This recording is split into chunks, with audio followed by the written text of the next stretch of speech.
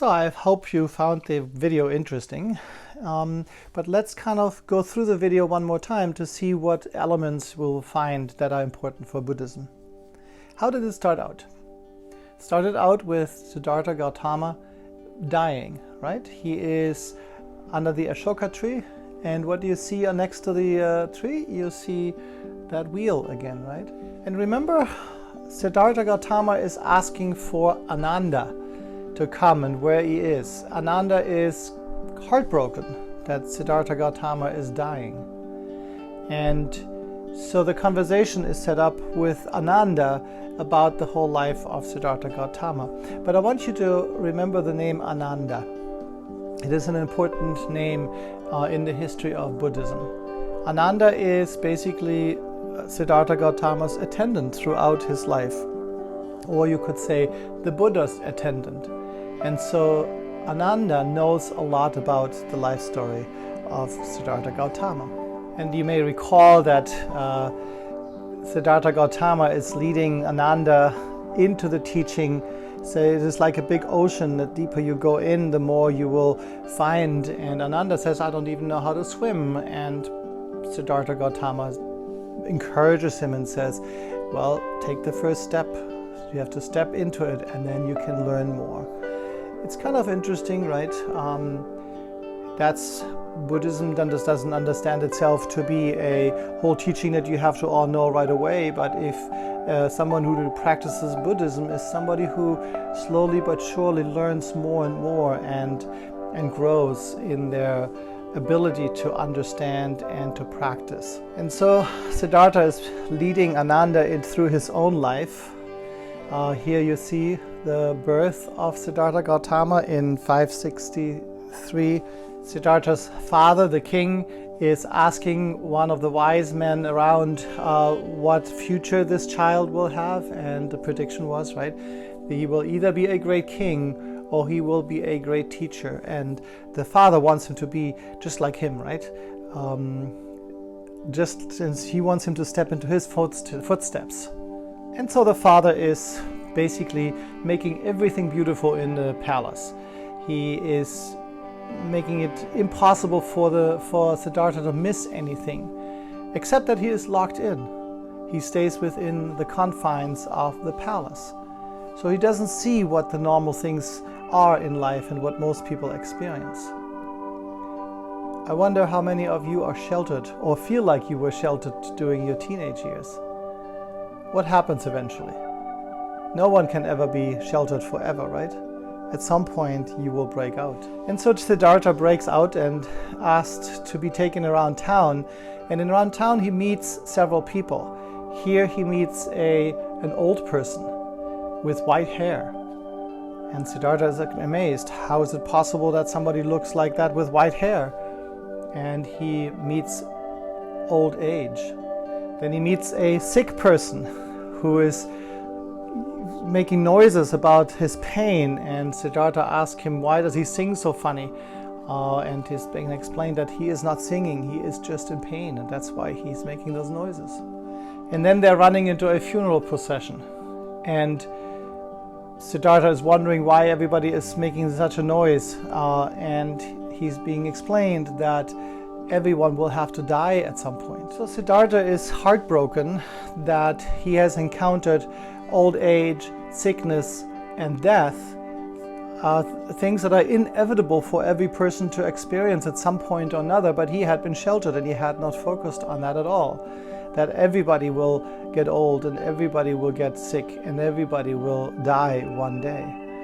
And with these new experiences, he is outside in the garden at night and he meets another person. Whether this is a dream or whether this is a real encounter is kind of left open to try to figure out. But this person is more like a searcher or a seeker also, right? And he encourages Siddhartha to go deeper, to understand these things more deeply. He explains to Siddhartha that if he were just a king, then he would be maybe good for his own people, but if he were to find the truth, he would be a much greater teacher for the rest of the world. And so Siddhartha Gautama is taking a difficult step to leaving his newborn son and his wife and go into the forest, cut off his hair, took away his clothing in order for him to live in the forest and to find the truth. So the first thing that he does is he tries to find some meditation teachers. He studies with 2 of them. And then he meets some guys who are taking a really hard ascetic life, who deny themselves things in their life in order to find the truth. Even though the video doesn't say that clearly, but I kind of think that this is the time when he must have met Mahavir with the fasting and all of those things. So each one of them here is denying themselves the kinds of things they like the most. And so Gautama was asked what it is that he likes the most, and he said eating. And so the guy said, so then you know what you must do without. And so Gautama is fasting, losing all sorts of weight and becoming really thin. But it seems like that sitting in meditation and fasting does not really get him where he is trying to get to, that he does not find the truth quite yet. But he realizes one important thing, that as he is about to die, maybe the Idwara in Jainism, he remembers something from his own childhood. It is the great plowing festival where he sees that everybody is happy and joyful with music and dancing and everything, but he remembers that as a child, when he was looking at this, he did not only see the joy and happiness that was around him, but he could see the pain and suffering of those things that were involved, like the worms that were cut up when the plows went through, or the workers that had to work so hard with the sweat of their brow, and the birds that came up to eat the worms afterwards. He was not able to be happy like everybody else, but he saw the suffering that was connected with this festival. And so he decided that if he had that insight already as a child, he doesn't need to starve himself to death to find the truth. And so a woman who brought him some rice, and so he accepted to eat. Here is one of the principles already in Buddhism, which is called the middle way. It talks about that you do not have to go to the extremes to find the truth, or even in life in general. It is always best to go the middle way. For example, here, he lived on the one hand, when he was still in the palace, he had all the food that he wanted to eat, and he could overdo it with food. And that was certainly more of a way to avoid all the issues of the world. But then when he was here to starve himself to death and to fast, it wasn't really what he needed either to find the truth. And so he learned that the middle way would be the best, that you need to nourish the body, that you need to give the body what it needs, and then it is free to think or to understand better. So eating something in moderation, like a little bit of rice, will be enough. Not too much, but just the right amount, the middle path. And Buddhists apply that in many different ways, not to go into extremes anywhere, but to always find the middle path. And so after he ate and nourished his body, he decided to go back to the Ashoka tree and sit at this tree, at the bottom of the tree, until he found the truth. And he sat there in meditation. Now remember what happens when you meditate, right? It's hard to calm down your mind sometimes. You have all these thoughts coming to you, and there are trying methods to try to calm yourself down by focusing on your breath, for example, or maybe to focus on a mantra, or to just observe your thoughts but release them again, not to focus on them, and so that like the birds cannot make a nest. And so it was hard for Siddhartha Gautama to first get into the meditation too. And so we hear that there's Mara who is tempting him with his daughters. And here you see the daughters of Mara shooting arrows at him to penetrate his meditation. But his meditation is strong enough, and those arrows are just falling off from him. He is able to make it through this. And then Mara tries something else, all sorts of frightening things. He's now not tempted by lust, but he's tempted by fears. The fears that he has in life.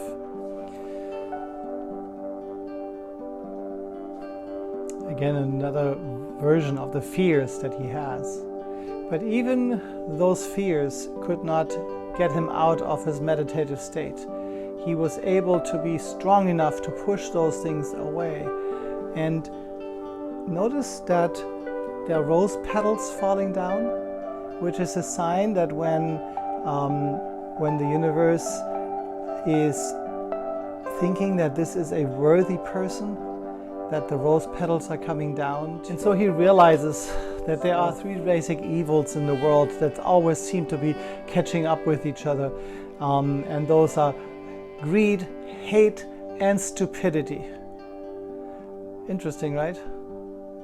How much hate do we find in our world? Hate is usually connected with something that somebody else is doing something or has something that I don't, and therefore I hate. Or somebody who might deny who I am, and so I hate that person. Think about how much bad happens through hate. Or greed, right? It's connected with that. How many times we want things for ourselves, which is also very much centered on me, that I want something and therefore I want to take it and I want to protect it from other people. And then stupidity. I find that funny always. But think about it. How often are we making stupid decisions that probably are caused by hate or greed or other ways, and we make stupid decisions without thinking about it, and we set ourselves back or make decisions that other people suffer from. And so he realizes in his lifetime that he had lived many, many lifetimes before, one lifetime more worthy than the other, and that everything is just connected, that there are always some people going down and some people going up, that the cycle of greed, hate, and stupidity always centers in the middle of it, and the wheel is just turning around, and therefore we have so many reincarnations and another reincarnation and another reincarnation, and we do not get freed from that because we continue to live and be governed by these evils. And he thought about this until he finally realized that in this whole cycle of turning and turning with a wheel, that there's one place in the middle where there's calmness. And he realized that the last and greatest fear that we have is the fear of our own death. And if we do not have to be afraid of death anymore, that then our soul is set free. And so we have the symbol of the lotus flower that creates new. Remember all the way back in our first lesson on Hinduism, it was the lotus flower that grew out of Vishnu's navel, and then on top was Brahma sitting to create the world, and the world was made of the lotus flower. So the lotus flower is the symbol of new life, the symbol of new creation. And even though here we are not talking about gods in Buddhism, we are just talking about that the soul, in this case the Atman, is now liberated and therefore has found a life at peace. And so we have the lotus flower. And Gautama has become an enlightened being, as we can see here with the chakras that are lit up. I don't know how many of you know about chakras. That is very much also from Hinduism, but it's carried over into all the other religions connected to Hinduism as well. Those are energy centers, right? From the very bottom to the very top. And each one of those energy centers, when they're all engaged and are lighting up, then there is enlightenment. So Gautama began to teach his insight. He realized that when he had met those figures of old age, sickness, and death, that there are certain things we cannot escape in life. Things that make us afraid or things we'd rather avoid. And so he said that there are four noble truths. The first truth is that to live is to suffer. The second truth is that the suffering that we go through is caused by desire. Think about that for a moment. How many times are we suffering because we feel like we don't have something that we wish we had? And it makes us unhappy. And then the third truth was that if we want to eliminate suffering, we need to eliminate desire. So if we are happy with the things that we have in our life and we are mindful of appreciating those, then our life would already be happier. And then the fourth noble truth is that the way that we can eliminate desire is by following the Noble Eightfold Path. But what is the Noble Eightfold Path? Here we have the wheel, and now we understand the spokes in the wheel, right? Those 8 different things are divided into 3 different divisions. One is the division of wisdom, so that whatever we do, that we do that with a right understanding and a right thought. And that's pretty wise, right? Think about it, that if we approach things with a right attitude or right perspective, things will turn out better for us. Then come 3 different paths or spokes, and they have to do with how we actually act ourselves.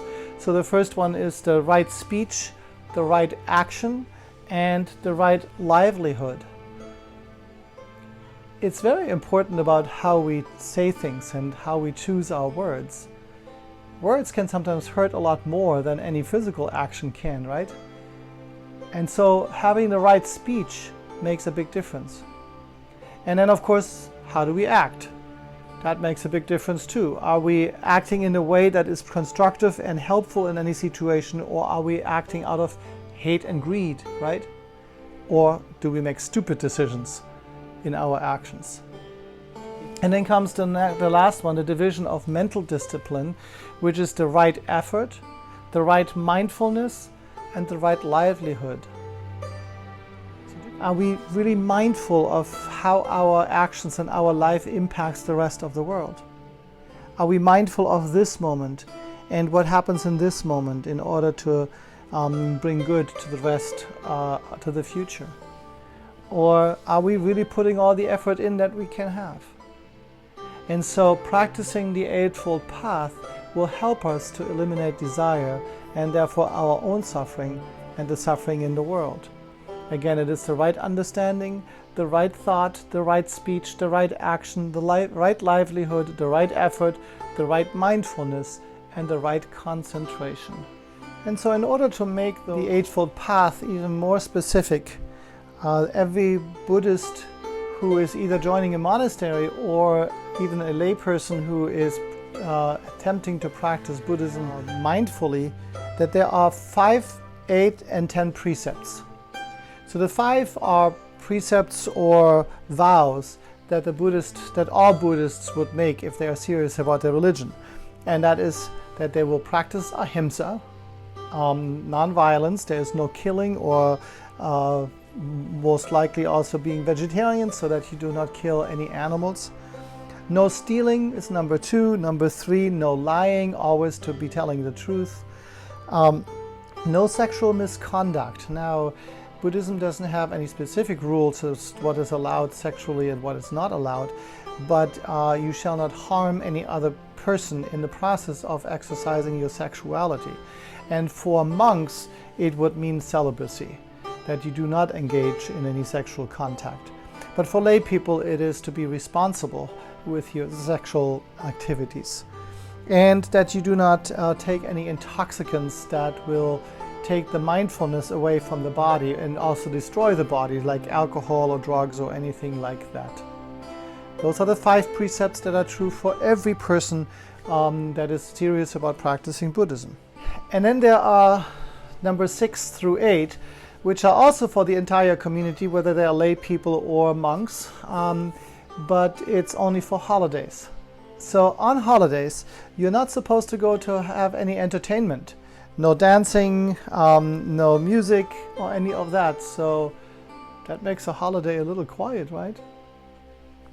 With food, you can only eat moderately and only before noon. There goes the Thanksgiving meal, right?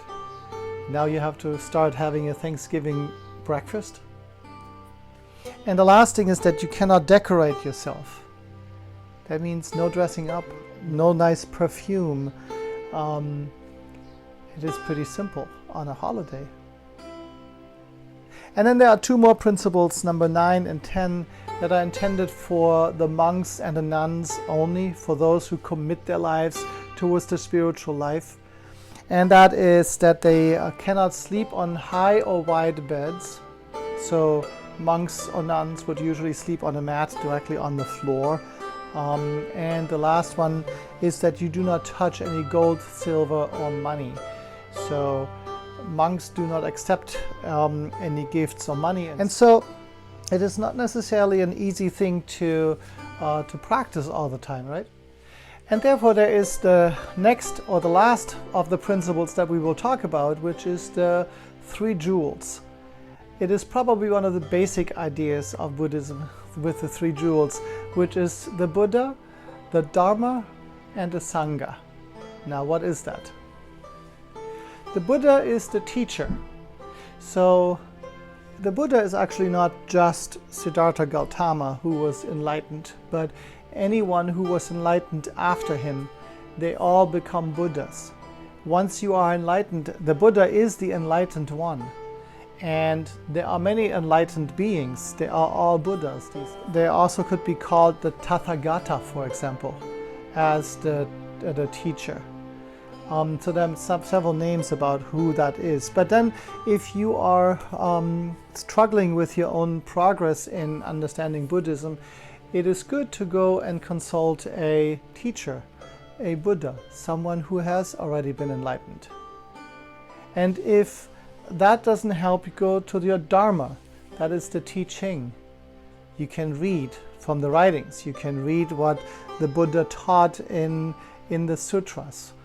You can immerse yourself in readings and try to interpret that and to meditate upon those things. That is the Dharma. And Dharma here is used a little differently than in Hinduism, right? In Hinduism it was your ethics and your duties. In this case it is the teaching itself, or the life that is progressing towards enlightenment. And then it's always good to be part of the Sangha, which is the community. So no one should really try to do this by themselves as a Buddhist, even though you do take time for meditation for yourself. But it's always good to have a community around with whom you are walking together on this journey. So monks and nuns are connected in monasteries, right? They practice together in the monasteries, even though there are plenty of times when they have to be by themselves, and yet they are together in the same place and gather together for meditations and support each other in their journey. And that concludes the basic teachings of Buddhism. So the next video is a summary of all these teachings again. Not all of them appearing in this video, but the most important ones are coming up as a recap.